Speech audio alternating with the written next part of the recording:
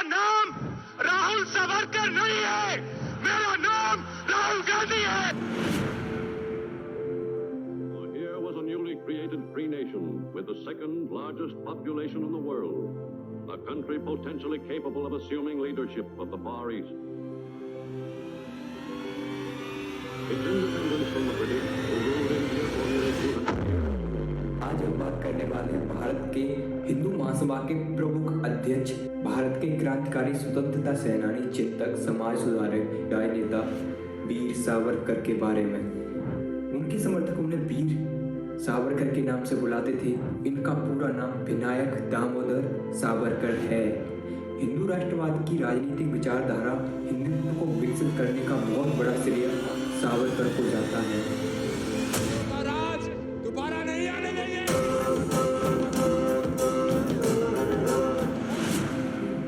राजनीतिक कवि, लेखक और नाटककार भी थे। उन्होंने हिंदू धर्म को वापस लौटाने हेतु सतत प्रयास किए। विनायक सावरकर का जन्म महाराष्ट्र में नासिक के निकट भागुर गांव में हुआ था। उनकी माता जी का नाम राधाबाई तथा पिताजी का नाम दामोदर पंत सावरकर था। इनके दो बड़े भाई गणेश तथा नारायण दामोदर सावरकर थे। एक बहन नैनाबाई थी। जब वे केवल 9 वर्ष के थे तभी हैजे की महामारी में उनकी माताजी का देहांत हो गया। इसके 7 वर्ष बाद सन 1899 में प्लेग की महामारी में उनके पिताजी का भी स्वर्गवास हो गया। इसके बाद विनायक के बड़े भाई गणेश ने परिवार के पालन पोषण का कार्यभार संभाला। दुख और कठिनाई की इस घड़ी में गणेश के व्यक्तित्व का विनायक पर गहरा प्रभाव पड़ा। विनायक ने शिवाजी हाई स्कूल नासिक में 1901 में मैट्रिक की परीक्षा पास की। बचपन में ही वे पढ़ाकू तो थे ही, अपितु उनके दिनों उन्होंने कुछ कविताएं भी लिखी। आर्थिक संकट के बावजूद बाबा राव ने विनायक की उच्च शिक्षा की इच्छा का समर्थन किया। इस अवधि में विनायक ने स्थानीय नवयुवकों को संगठित करके मित्र मेलों का आयोजन किया। शीघ्र ही इन नवयुवकों में राष्ट्रीयता की भावना के साथ क्रांति की ज्वाला जाग उठी। सन 1901 में रामचंद्र त्र्यंबकम त्रिपुरकर की पुत्री यमुनाबाई के साथ उनका विवाह हुआ। उनके ससुर जी ने उनकी विश्वविद्यालय की शिक्षा का भार उठाया। 1902 में मैट्रिक की पढ़ाई पूरी करके उन्होंने पुणे के फर्ग्यूसन कॉलेज से बीए की। इनके पुत्र विश्वास सावरकर एवं पुत्री प्रभात चिपलूनकर थी। सन 1904 में उन्होंने अभिनव भारत नाम की एक क्रांतिकारी संगठन की स्थापना की। 1905 में बंगाल के विभाजन के बाद उन्होंने पुणे में विदेशी वस्त्रों की होली जलाई। फर्ग्यूसन कॉलेज पुणे में भी वे राष्ट्रभक्ति से ओतप्रोत ओजस्वी भाषण देते थे। बाल गंगाधर तिलक के अनुमोदन पर 1906 में उन्हें श्यामजी कृष्ण वर्मा छात्रवृत्ति मिली। इंडियन सोशलिस्ट और तलवार नामक पत्रिकाओं में उनके अनेक लेख प्रकाशित हुए, जो बाद में कलकत्ता के युगांतर पत्र में भी छपे। सावरकर रूसी क्रांतिकारियों से ज्यादा प्रभावित थे। 10 मई 1907 को उन्होंने इंडिया हाउस लंदन में प्रथम भारतीय स्वतंत्रता संग्राम की स्वर्ण जयंती मनाई। इस अवसर पर विनायक सावरकर ने अपने ओजस्वी भाषण में प्रमाणों सहित 1857 के संग्रामों की कदर नहीं अपितु भारत के स्वतंत्र का प्रथम संग्राम सिद्ध किया।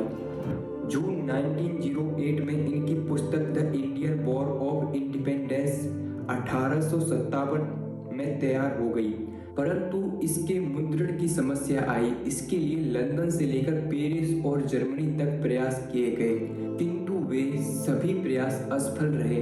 बाद में यह पुस्तक किसी प्रकार गुप्त रूप से हॉलैंड से प्रकाशित हुई और इनकी प्रतियां फ्रांस पहुंचाई गई। इस पुस्तक में सावरकर ने 1857 के सिपाही विद्रोह को ब्रिटिश सरकार के खिलाफ स्वतंत्रता की पहली लड़ाई बताया। मई 1909 में इन्होंने लंदन से बार एड लॉ की परीक्षा उत्तीर्ण की, परंतु वकालत करने की अनुमति नहीं मिली। इस पुस्तक को सावरकर जी ने पीक वीक पेपर्स और स्काउट्स के पेपर के नाम से भारत पहुंचाई थी। सावरकर ने लंदन के ग्रेज इन लॉ कॉलेज में प्रवेश लेने के बाद इंडिया हाउस में रहना प्रारंभ कर दिया था। इंडिया हाउस उस समय राजनीतिक गतिविधियों का केंद्र था जिसे श्याम प्रसाद मुखर्जी चला रहे थे। सावरकर ने फ्री इंडिया सोसाइटी का निर्माण किया जिससे वो अपने साथी भारतीय छात्रों को स्वतंत्रता के लिए लड़ने को प्रेरित करते थे। सावरकर ने 1857 की क्रांति पर आधारित पुस्तकों का गहन अध्ययन किया और the history of the war of Indian independence नामक पुस्तक लिखी। इन्होंने इस बारे में गहन अध्ययन किया कि अंग्रेजों को किस तरह से जड़ से उखाड़ा जा सकता है। लंदन में रहते हुए उनकी मुलाकात लाला हरदयाल से हुई जो उन दिनों इंडिया हाउस की देखरेख करते थे। 1 जुलाई 1909 को मदन लाल डींगरा द्वारा विलियम हट कर्नल वाली को गोली मार दिए जाने के बाद उन्होंने लंदन टाइम्स में एक लेख भी लिखा था। 13 मई 1910 को पेरिस से लंदन पहुंचने पर उन्हें गिरफ्तार कर लिया गया, परंतु 8 जुलाई 1910 को एम.ए. मोरिया नामक जहाज से भारत ले जाते हुए सीवर होल के रास्ते ये भाग निकले। 24 दिसंबर 1910 को उन्हें आजीवन कारावास की सजा दी गई। इसके बाद 31 जनवरी 1911 को इन्हें दोबारा आजीवन कारावास दिया गया। इस प्रकार सावरकर को ब्रिटिश सरकार ने क्रांतिकारियों के लिए 2 आजीवन कारावास की सजा सुनाई थी, जो विश्व इतिहास की पहली एवं अनोखी सजा थी। सावरकर के अनुसार कुछ पंक्तियां, मातृभूमि तेरे चरणों में पहले ही मैं अपना मन अर्पित कर चुका हूँ। देश सेवा ही ईश्वर सेवा है, यह मानकर मैंने तेरी सेवा के माध्यम से भगवान की सेवा की है। ये कुछ पंक्तियां लिखी थी सावरकर जी ने। सावरकर ने अपने मित्रों को बम बनाना और गोरिल्ला पद्धति से युद्ध करने की कला सिखाई। 1909 में सावरकर के मित्र और अनुयायी मदन लाल डींगरा ने एक सार्वजनिक बैठक में अंग्रेज अफसर करजन की हत्या कर दी। डींगरा के इस काम से भारत और ब्रिटेन में क्रांतिकारी गतिविधियां बढ़ गईं। सावरकर ने डींगरा को राजनीतिक कानूनी सहयोग दिया, लेकिन बाद में अंग्रेज सरकार ने एक गुप्त प्रतिबंधित परीक्षण कर डींगरा को मौत की सजा सुना दी, जिससे लंदन में रहने वाले भारतीय छात्र भड़क गए। सावरकर ने डींगरा को देशभक्त बताकर क्रांतिकारी विद्रोह को और उग्र कर दिया। सावरकर की गतिविधियों को देखते हुए अंग्रेज सरकार ने हत्या की योजना में शामिल होने और पिस्तौल भारत भेजने के जुर्म में फंसा दिया, जिसके बाद सावरकर को गिरफ्तार कर लिया गया।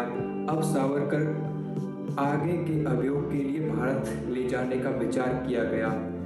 जब सावरकर को भारत जाने की खबर पता चली तो सावरकर ने अपने मित्र को जहाज से फ्रांस के रुकने वक्त भाग जाने की योजना पत्र में लिखी। जहाज रुका और सावरकर खिड़की से निकलकर समुद्र में कूद गए और पानी में तैरते हुए भाग गए, लेकिन उनके मित्र को आने में देरी होने की वजह से ये फिर से गिरफ्तार कर लिए गए। जब सावरकर की गिरफ्तारी हुई थी तो फ्रेंच सरकार ने ब्रिटिश सरकार का इस गिरफ्तारी के मामले में विरोध किया था। नासिक जिले के कलेक्टर जैक्सन की हत्या के लिए नासिक षड्यंत्र कांड के अंतर्गत इन्हें 7 अप्रैल 1911 को काला पानी की सजा पर सेलुलर जेल भेज दिया गया। उनके अनुसार यहाँ स्वतंत्रता सेनानियों को कड़ा परिश्रम करना पड़ता था। कैदियों को यहाँ नारियल छीलकर उसमें तेल निकालना पड़ता था। साथ ही इन्हें यहाँ कोलू में बैल की तरह जुत कर सरसों और नारियल आदि का तेल निकालना होता था। इसके अलावा उन्हें जेल के साथ लगे हुए बाहर के जंगलों को साफ कर दलदली भूमि व पहाड़ी क्षेत्रों को समतल भी करना होता था। रुकने पर उनको कड़ी सजा व बैंत व कोड़ों से पिटाई भी की जाती थी। इतने पर भी उन्हें भरपेट खाना नहीं दिया जाता था। सावरकर 4 जुलाई 1911 से 21 मई 1921 तक पोर्ट ब्लेयर की जेल में रहे। 1921 में वल्लभ भाई पटेल और बाल गंगाधर तिलक के कहने पर ब्रिटिश कानून न तोड़ना पड़े और विद्रोह न करने की शर्त पर उनकी रिहाई हो गई। SS महाराजा नामक एक स्टीमर से दोनों सावरकर बंधु भारत की मुख्य भूमि पर पहुंचे। उन्हें रत्नागिरी जेल में रखा गया। बाद में उन्हें पुणे के यरवदा केंद्रीय कारागार में ले जाया गया। जेल में उन्होंने हिंदुत्व पर शोध ग्रंथ लिखा। 9 जनवरी 1924 को कुछ शर्तों के साथ उन्हें यरवदा जेल से मुक्त कर दिया गया। शर्त यह थी कि दामोदर सावरकर सरकार की अनुमति के बिना रत्नागिरी जेल से बाहर नहीं जाएंगे और किसी राजनीतिक क्रियाकलाप में भाग नहीं लेंगे। मई 1924 में रत्नागिरी में प्लेग का प्रकोप हुआ। इस कारण सावरकर को नासिक चले जाने की अनुमति मिल गई। वहां उन्होंने हिंदुओं के उत्थान के लिए कार्य किया। सरकार की अनुमति से वे भागुर गए, किंतु उन्हें फिर से रत्नागिरी लौटने के लिए विवश कर दिया गया, क्योंकि उन्हें लोगों का बहुत अच्छा प्रतिसाद मिल रहा था। उनकी प्रतिबंधित स्वतंत्रता की अवधि बढ़ाई जा रही थी और अंततः 4 जनवरी 1937 को उन्हें छोड़ दिया गया। 1 अगस्त 1937 को वे बाल गंगाधर तिलक की डेमोक्रेटिक स्वराज्य पार्टी में शामिल हुए और बाद में हिंदू महासभा में। इस बीच 7 जनवरी 1925 को इनकी पुत्री प्रभा का जन्म हुआ। 1925 में उनकी भेंट राष्ट्रीय स्वयंसेवक संघ के संस्थापक डॉक्टर हेंडगेवार से हुई। 17 मार्च 1928 को इनके बेटे विश्वास का जन्म हुआ। फरवरी 1931 में इनके प्रयासों से बम्बई में पतित पावन मंदिर की स्थापना हुई, जो सभी हिंदुओं के लिए समान रूप से खुला था।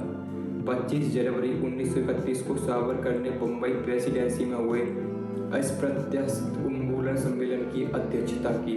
1937 में वे अखिल भारतीय हिंदू महासभा की कर्णावती में हुए 19वें सत्र के अध्यक्ष चुने गए, जिसके बाद वे पुनः 7 वर्षों के लिए अध्यक्ष चुने गए। 15 अप्रैल 1938 को उन्हें मराठी साहित्य सम्मेलन का अध्यक्ष चुना गया। 13 दिसंबर 1937 को नागपुर की एक जनसभा में उन्होंने अलग पाकिस्तान के लिए चल रहे प्रयासों को असफल करने की प्रेरणा दी थी। जून 1941 को उनकी भेंट नेताजी सुभाष चंद्र बोस से हुई। 9 अक्टूबर 1942 को भारत की स्वतंत्रता के निवेदन सहित उन्होंने चर्चित को तार भेजकर सूचित किया। सावरकर जीवन भर अखंड भारत के पक्ष में रहे।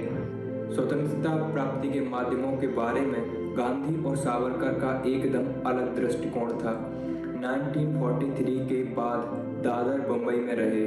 16 मार्च 1945 को इनके भ्राता बाबूराव का देहांत हुआ। 19 अप्रैल 1945 को उन्होंने अखिल भारतीय रजवाड़ा हिंदू सभा सम्मेलन की अध्यक्षता की। इसी वर्ष 8 मई को उनकी पुत्री प्रभा का विवाह संपन्न हुआ।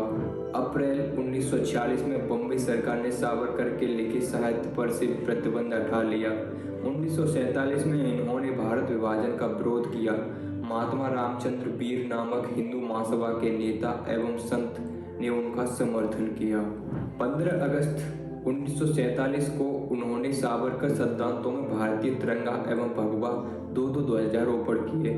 इस अवसर पर प्रतिक्रिया व्यक्त करते हुए उन्होंने पत्रकारों से कहा कि मुझे स्वराज्य प्राप्ति की खुशी है, परंतु वह खंडित है, इसका दुख है। उन्होंने यह भी कहा, राज्य की सीमाएं नदी तथा पहाड़ों या संधि पत्रों में निर्धारित नहीं होती। देश के नवयुवकों के शौर्य, धैर्य, त्याग एवं पराक्रम से निर्धारित होती हैं।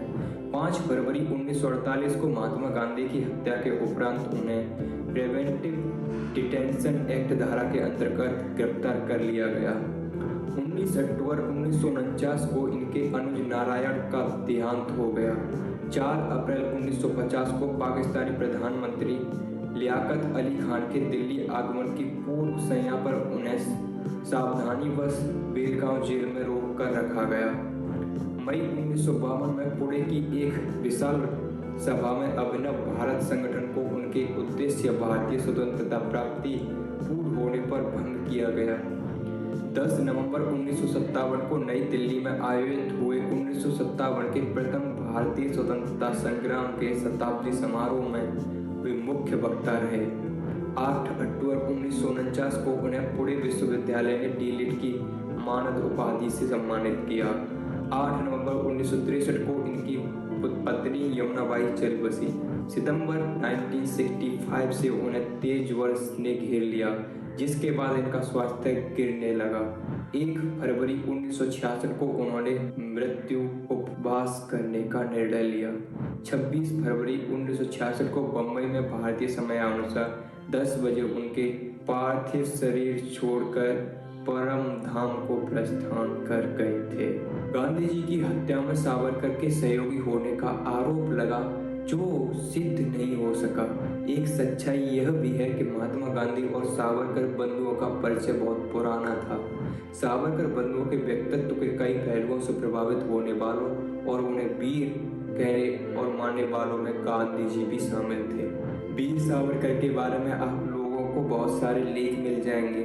बहुत से लेख या पत्रों में ऐसा भी कहा जाता है कि ये आतंकवादी भी इन्हें बताते हैं और गांधी जी की मौत में इनका हाथ भी बताते हैं। ये एक भारतीय स्वतंत्रता सेनानी वीर सावरकर की कहानी आपके सामने यहीं पर दम तोड़ती है। Thank you so much.